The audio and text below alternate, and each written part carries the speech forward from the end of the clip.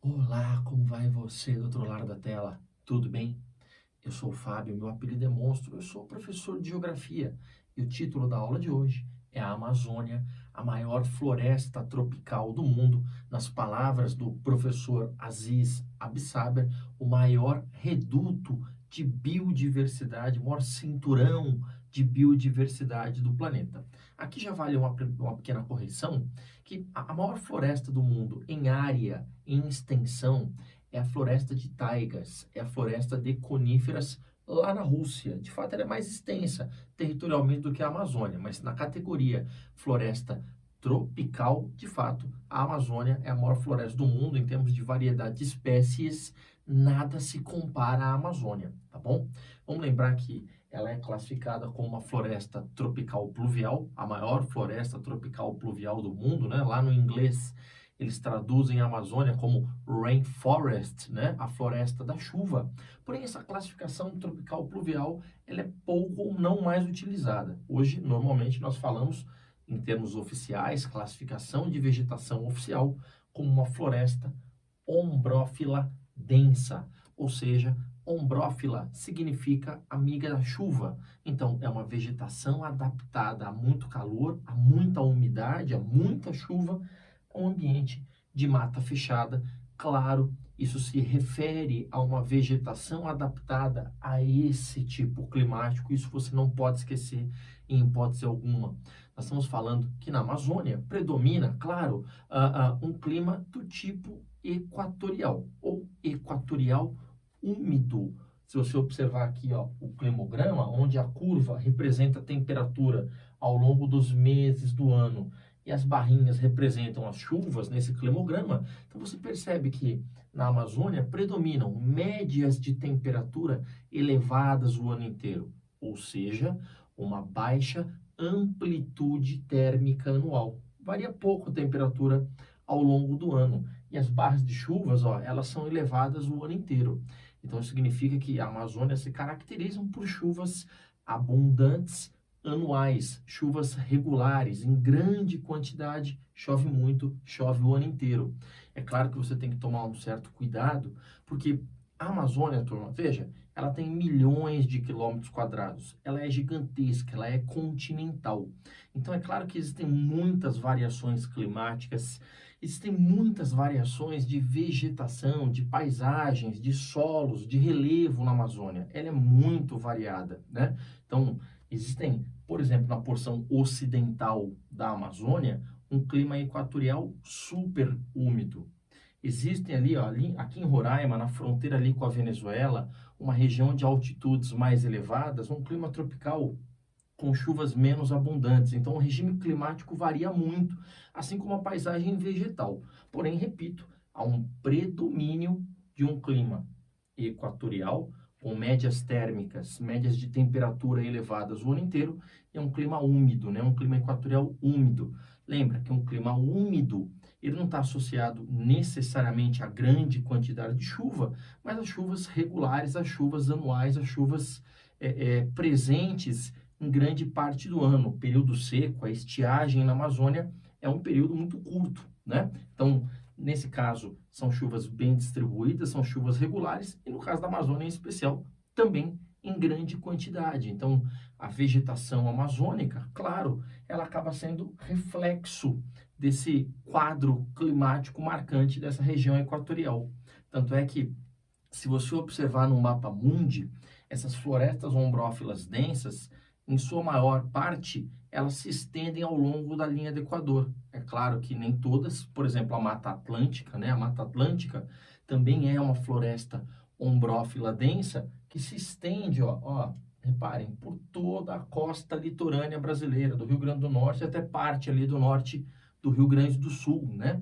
Então, a Mata Atlântica é uma floresta ombrófila densa que não é necessariamente totalmente equatorial. As florestas do Caribe, na América Central, são ombrófilas densas, mas veja, a grande parte das florestas tropicais, ombrófilas densas, ou você pode chamar também de floresta equatorial, elas se estendem, em sua maioria, ao longo da linha do Equador. Então, por exemplo, aqui na América do Sul temos a floresta amazônica, lá na África, cortado pela linha do Equador, com o mesmo perfil de características. Temos na África a floresta do Congo e lá no sudeste da Ásia, ali junto à Indonésia, Malásia, né, os países do sudeste da Ásia, nós temos as Filipinas, nós temos florestas que têm um perfil com características de vegetação muito próximas ao da Amazônia, são todas florestas ombrófilas densas, tudo bem? Beleza? Outro aspecto importante, quando nós falamos sobre a Amazônia, você precisa lembrar que a Amazônia, ela é internacional. Sim, ela está majoritariamente no Brasil, mas a Amazônia, ela é internacional. É o que eu destaquei no mapa aqui para vocês como Pan-Amazônia. Pan vem de totalidade, lembra? Pangeia, toda a terra. Já os pan-americanos, todos os países da América reunidos para disputa de atividades esportivas das mais diversas. Pan-Amazônia é toda a Amazônia, é a Amazônia internacional, é a Amazônia presente em todo o norte da América do Sul. A Amazônia, ela está aqui nas Guianas, ela está aqui na Venezuela, a Amazônia está aqui, ó, na Colômbia, está no Equador, a Amazônia está no Peru, a Amazônia está na Bolívia, mas a Amazônia está predominantemente no Brasil, tá bom? Outra classificação importante sobre a Amazônia, insisto, que é internacional, que é Pan-Amazônia, que é sul-americana, é que a Amazônia brasileira, que é majoritária, juridicamente falando, ela é chamada de Amazônia Legal. Então, quando você ouvir a expressão Amazônia Legal, estamos nos referindo à Amazônia situada no território brasileiro, na Amazônia juridicamente sob a responsabilidade do Brasil. Então, quando falamos da Amazônia Legal, são os estados brasileiros contemplados pela presença da floresta amazônica. Isso inclui todos os estados da região norte, né? Então, eu estou falando aí, ó, de Roraima, do Amapá, do Pará, do Tocantins, do Amazonas, de Rondônia e Acre, mais o estado do Mato Grosso, no centro-oeste, e mais o estado do Maranhão, no nordeste brasileiro. Esses são os estados que fazem parte dessa região chamada de Amazônia Legal. Inclusive, a legislação ambiental em relação à Amazônia Legal, ela é diferente se comparado aos demais quadros e paisagens vegetais no Brasil. Eu não sei se você já ouviu falar, lá da Lei de Proteção à Vegetação Nativa de 2012, que ficou conhecido como o novo Código Florestal de 2012, ela define um limite de exploração da propriedade privada sob o ponto de vista da preservação ou da conservação ambiental. Essa lei da vegetação, proteção da vegetação nativa, ou o novo Código Florestal, ela institui, ela oficializa as chamadas reservas legais. Ou seja, o que é uma reserva legal? É uma área mínima a ser conservada, né, de mata nativa dentro das propriedades privadas. Então, toda propriedade privada ela tem que ter uma área mínima de mata nativa conservada. É possível a exploração econômica dessa mata nativa? Sim, é possível a exploração nativa, só não pode explorar madeira. Mas é possível a exploração econômica, é possível a exploração sustentável, só que, repito, significa que é um foco de conservação de mata nativa dentro das propriedades privadas. Por que eu estou falando dessas áreas chamadas de reservas legais? Vejam, as reservas legais na Amazônia Legal, elas contemplam 80% das propriedades privadas. O que isso significa? Significa que uma propriedade privada na Amazônia, ela tem que ter 80% de reserva legal, ou seja, uma propriedade privada na Amazônia Legal, ela tem que ter 80% da sua área original conservada com mata nativa. Se você vier para o bioma do Cerrado, a reserva legal ela cai para 35%. E para os outros biomas brasileiros, ela cai para 20%. Mas, grosso modo, quando nós falamos, repito, de Amazônia Legal, repito, em tese, o rigor ambiental ele é maior. Sabemos que no Brasil há uma diferença muito grande, né, entre o que diz a lei e como se pratica a lei, né, entre o que diz o que deveria ser e o que acontece de fato. Os índices de desmatamento no Brasil, eles avançam, na Amazônia em especial, eles são muito elevados, mas, repito, insisto, a letra da lei há um rigor por parte da legislação ambiental, ela só precisa ser respeitada, né? Hoje, O índice de desmatamento na Amazônia gravita em torno de algo aproximado aí de 19% da sua área original já desmatada, tá? Outro aspecto importante, quando nós falamos da Amazônia, acho que ficou claro que a Amazônia, a Pan-Amazônia, ela é sul-americana, é internacional, e a Amazônia Legal é a Amazônia juridicamente brasileira. A gente precisa começar a caracterizar e entender um pouquinho mais da paisagem vegetal amazônica. Como eu disse, a vegetação amazônica ela é muito diversificada. Então você tem, por exemplo, ali na fronteira, aqui na fronteira ó, de Roraima com a Venezuela e a Guiana, ali há uma grande mancha de savana, uma grande mancha de vegetação savana, né, um tipo de cerrado, né, ou melhor dizendo, o cerrado, que é um tipo de savana, e é uma mancha grande ali na fronteira Roraima, Venezuela, Guiana, o que mostra como a paisagem amazônica ela não é homogênea, muito pelo contrário, a vegetação ela é extremamente heterogênea.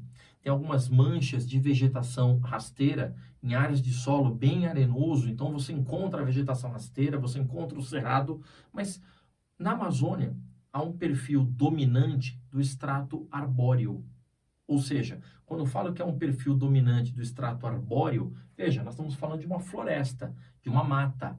Mata é quando há o predomínio de uma vegetação arbórea, mata atlântica. Ela é predominantemente arbórea. Então, esses aqui, ó, são os chamados estratos ou patamares da floresta, né? Quando nós vamos classificar a vegetação entre arbórea, arbustiva, herbácea, é legal você lembrar desse esqueminha aqui.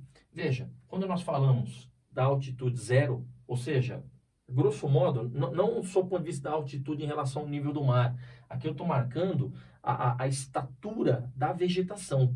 O chamado extrato herbáceo é a extrato de gramíneas, é a vegetação rasteira, é a vegetação ó, junto ao chão, junto à superfície. Agora, quando falamos num extrato do tipo arbustivo, ó, reparem, o extrato arbustivo é aquela vegetação com no máximo até 5, 10 metros de estatura. E olhe lá se chega a isso. Nós estamos falando de um extrato de vegetação de baixíssimo porte. Então, o extrato herbáceo ou a gramínea se refere à vegetação de baixo porte, de porte rasteiro, e o extrato arbustivo de baixo ou baixíssimo porte. O chamado subbosque, o teto ou o dossel, o teto da floresta, e as árvores superiores ou emergentes, os estratos superiores ou emergentes, isso nós chamamos de extrato arbóreo.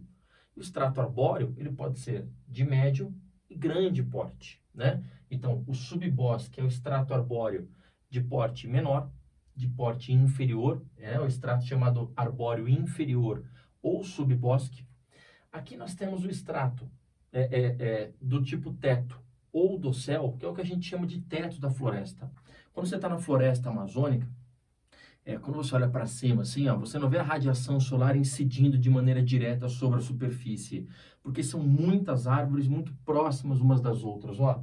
É mata fechada, é umbrófila densa, tá aqui de novo, ó, é mata muito fechada. Então o ambiente é um ambiente escuro, é um ambiente onde há muita competição por luz. Pode perceber, é por isso que há a presença de tantas epífitas nesse tipo de vegetação. Lembra o que são as epífitas? O epifitismo é aquela vegetação que não é parasita, ela se alimenta do ambiente, mas é aquela vegetação que escala, ela sobe e se apoia nos troncos mais altos, nos galhos mais altos, justamente para ter acesso à luz. Então, como é um ambiente de mata fechada, muito densa, né? Então, o teto ou dossel, ele é formado por copas de árvores entrelaçadas, tornando o ambiente escuro, dificultando a passagem de radiação solar. Repito, o que acaba justificando o termo teto verde da floresta, tá bom? O que justifica, repito, a grande competição por luz que caracteriza a vegetação desse tipo de floresta, no caso a floresta amazônica, tá bom? E existem algumas árvores que elas destoam, né? Elas estão acima do teto, acima do dossel, que são as chamadas extrato arbóreo superior ou emergente, né? Estima-se que na Amazônia nós tenhamos aproximadamente, isso usando dados lá de 2019, 7 árvores na Amazônia com altura, com estatura superior a 80 metros. Inclusive, lá em setembro de 2019, foi descoberta o angelim vermelho, ali na fronteira do Pará com o Amapá, que é a árvore mais alta da Amazônia, está numa área relativamente conservada, distante dos focos de desmatamento e queimadas. Então, em tese, pelo menos provisoriamente, ela está protegida. O angelim vermelho, essa árvore, ela mede 88 metros de estatura. É muita coisa. Depois dá um Google, dá uma pesquisada aí, é bastante interessante. É a maior árvore da Amazônia, ela tem uma estatura semelhante às sequoias lá no Parque das Sequoias na Califórnia. São árvores de porte absurdamente elevado, é legal que você se lembre, tá bom? Por que a gente faz um resumo dos estratos de vegetação? Para você lembrar que nesse ambiente de mata fechada, como há muita competição por luz, o extrato herbáceo ou de vegetação rasteira você praticamente não encontra na Amazônia. Não é muito comum. Quando a vegetação ela abre, o extrato herbáceo ele aparece. Mas nesses ambientes dominantes de mata fechada, repito, o ambiente escuro de competição por luz, ele dificulta o aparecimento do extrato herbáceo, né? Nós estamos falando de uma vegetação de floresta, de mata, onde predomina, presta atenção, predomina o extrato arbóreo. E aí, como a gente fala que predomina o extrato arbóreo, quais são as características gerais desse tipo de vegetação? Bom, como o Aziz disse, começamos a aula por aí, é uma zona de grande variedade de espécies, muito biodiversa, vegetação extremamente heterogênea, são centenas de espécies por quilômetro quadrado. É por isso que o desmatamento da Amazônia, turma, ele é um prejuízo monumental, porque muitas espécies acabam sendo desmatadas e destruídas sem ao menos terem sido descobertas. Eu acabei de falar para você que recentemente, lá para setembro de 2019, foram descobrir a árvore mais alta da Amazônia. Então isso mostra como a Amazônia ela ainda tem muitas áreas a serem exploradas sob o ponto de vista da pesquisa, do conhecimento, né, sob o ponto de vista científico. Então, ela é extremamente heterogênea, ela é extremamente variada, né, a chamada ileia, selva amazônica. Predomina o porte elevado, árvores de grande porte, árvores de grande estatura, né, então, muitas árvores do tipo do estrato teto, né, ou superior. Mata fechada, o que indica a competição por luz, o que indica, repito, a dificuldade de presença da vegetação rasteira do tipo herbácea, o que denota a presença das epífitas, o epifitismo está associado a esse ambiente, associado à competição por luz.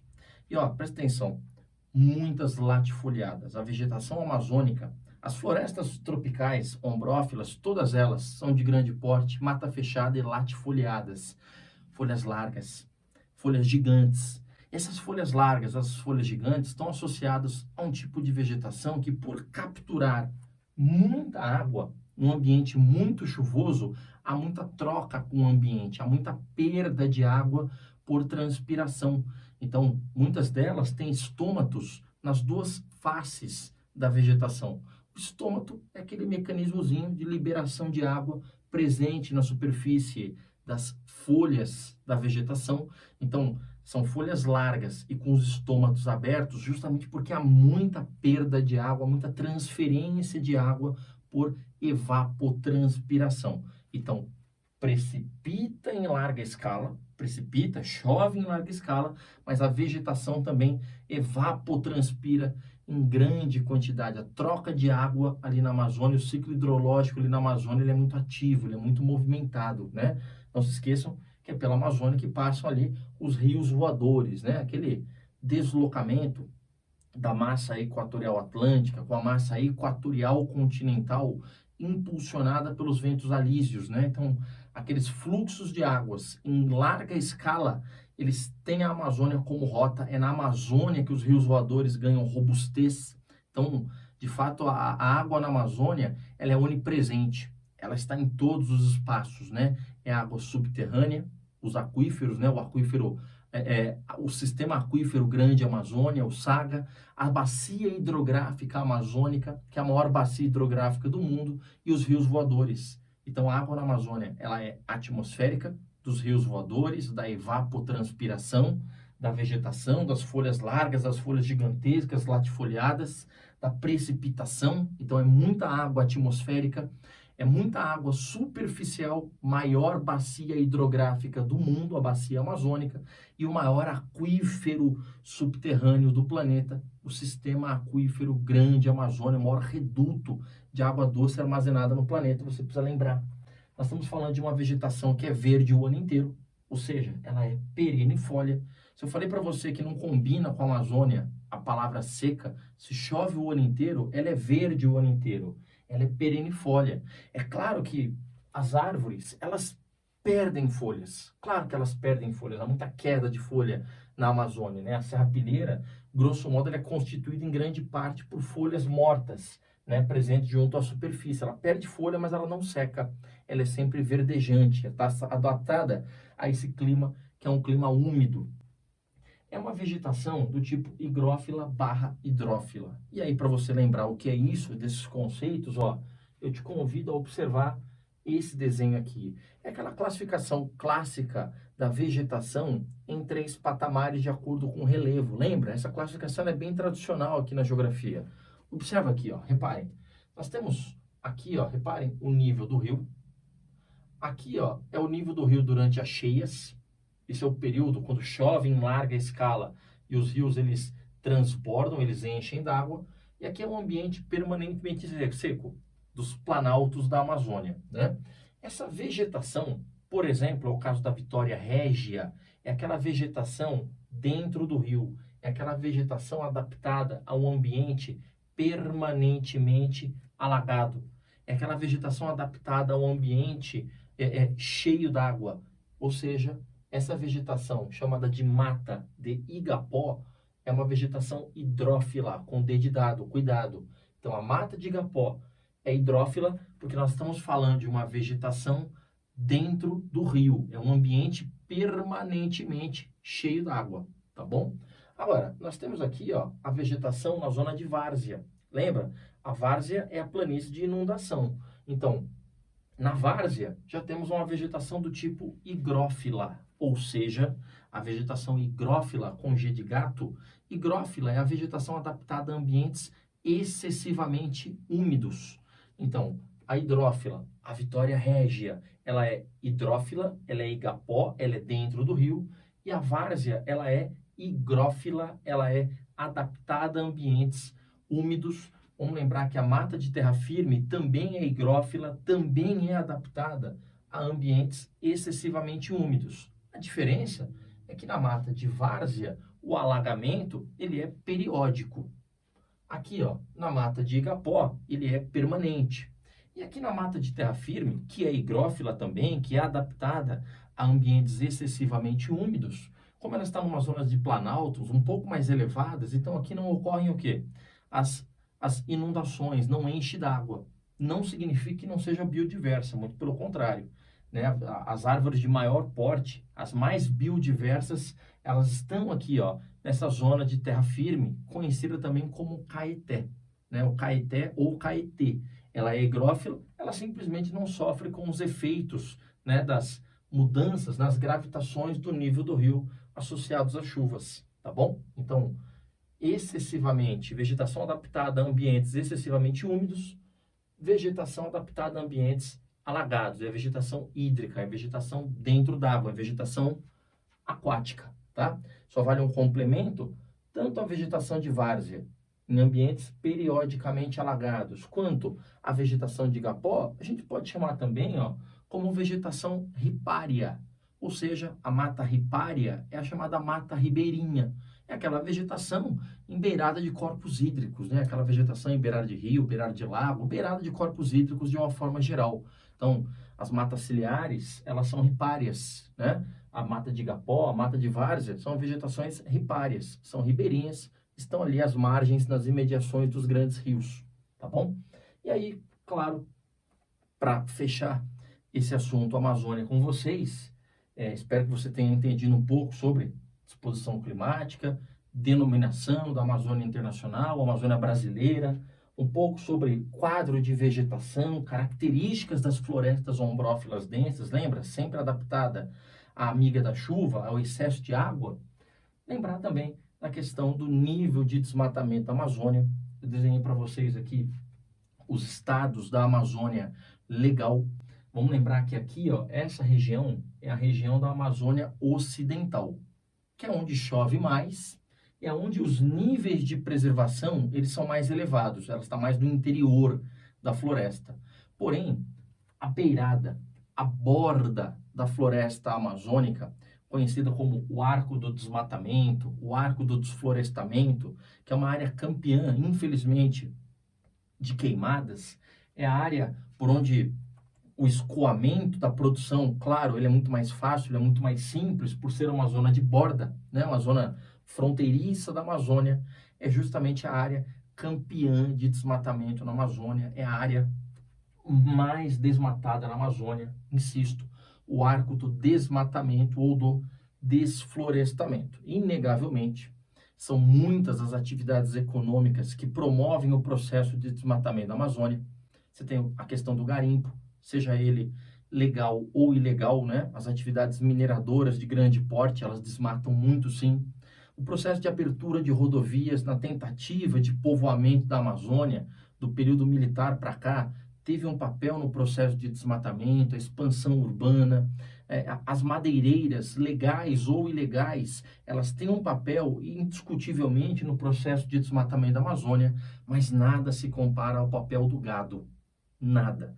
Vamos lembrar que o Centro-Oeste era uma área tradicional de criação de gado, mas dos anos 70, principalmente, 60, 70, o gado vai sendo paulatinamente substituído pela soja, pelo milho, e aí as áreas de pastagem, criação de gado, elas avançaram aqui, ó, para a borda da Amazônia. Então precisamos lembrar que o avanço das fronteiras agropecuárias tem colocado a Amazônia em xeque. Repito, as denúncias constantes de desmatamento, tem focos de desmatamento no interior também, mas os maiores focos de desmatamento e queimadas, elas ocorrem nessa zona de arco.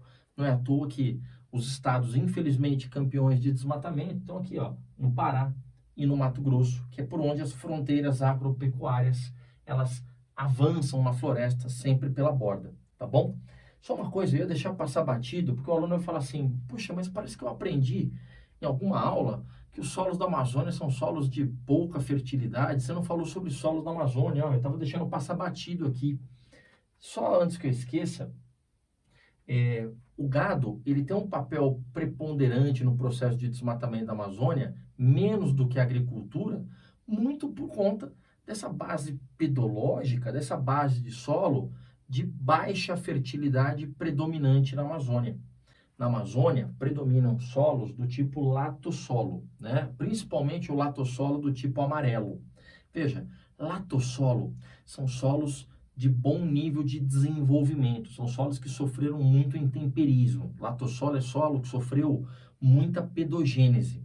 Então, como é solo que sofreu muito intemperismo, é solo que sofreu muita pedogênese, então eles têm um bom nível de desenvolvimento. Você precisa de um tipo de solo como esse para ser usado como base de sustentação por uma floresta tão exuberante, como é o caso da floresta amazônica. Mas vamos lembrar que existem muitas manchas de solos com uma composição mais arenosa na Amazônia. Isso é o latossolo amarelo, né? Então, o latossolo ele tem uma composição argilosa, mas ele também tem algumas manchas arenosas na sua estrutura, o que denota um solo mais frágil que inibe o desenvolvimento da vegetação, pelo menos num primeiro momento. Claro que o que denota essa baixa fertilidade química dos solos da Amazônia é principalmente o fato de ser uma região muito chuvosa, então tem muita lavagem do solo. A água, ela retira nutrientes, ela retira minerais do solo, aqueles minerais hidrossolúveis, eles são arrastados ou removidos por lixiviação. Então, o excesso de chuva, o excesso de água promove um excesso de lixiviação, que é o processo de lavagem e retirada de minerais, de compostos, de nutrientes do solo, ampliando o quê? A perda de fertilidade. Então, na Amazônia predominam, de fato, solos de baixa fertilidade. Eles são bem desenvolvidos, latossolos, mas perderam fertilidade por terem muitas manchas arenosas e, principalmente, muita lixiviação. E aí o aluno fala, mas como é que uma vegetação desse porte ela se mantém num ambiente como esse? Bom, primeiro que o processo de evolução da floresta amazônica ele foi um processo extremamente demorado, mas para a Amazônia atingir esse patamar foram muitos anos. O fato é que, quando nós falamos da vegetação amazônica, muitos falam que ela é uma vegetação que se auto-mantém, justamente porque a base que mantém a Amazônia alimentada é a serrapilheira. Ou seja, lembra que eu falei que ela é perennifólia? Ela é verde o ano inteiro? Então, só que ela perde folhas e forma aqui junto à superfície uma camada de animais mortos, uma camada de sementes, de folhas mortas. Então, essas sementes, esses animais mortos, essa camada bastante espessa de folhas mortas junto à superfície, a gente chama de serrapilheira. Como o ambiente na Amazônia é um ambiente muito quente, é um ambiente muito úmido, é um ambiente muito escuro, então essa camada orgânica, a serrapilheira, ela vai entrar num processo de decomposição com grande velocidade. E essa decomposição em grande velocidade vai fazer com que a serrapilheira ela perca nutrientes para o solo, e ao perder nutrientes para o solo ele vai perder esses nutrientes para as raízes das árvores, né? Tem muitas raízes tabulares na Amazônia. Então, aquelas raízes tabulares, aquelas raízes que se espalham para dar fixação, elas acabam capturando os nutrientes do solo, percebe? Então, a vegetação ela perde as folhas, que se misturam e se decompõem com animais e sementes. Essa camada chamada de serrapilheira, num ambiente quente, úmido, escuro, ela perde nutrientes para o solo e o solo vai perder esses nutrientes para as raízes das árvores, insisto, formando esse processo de ciclagem de nutrientes, na qual a vegetação ela consome esses nutrientes fornecidos por ela mesma através da serrapilheira. Então a vegetação ela acaba se auto-mantendo, se auto-sustentando, tá bom? É isso. Espero que você tenha entendido, espero que você tenha aprendido. Mantenha sua mente sempre ativa, faça exercícios, você precisa fazer muitas leituras, você precisa fazer muitos exercícios. Agradeço sua paciência até aqui. Um forte abraço, até mais. Tchau.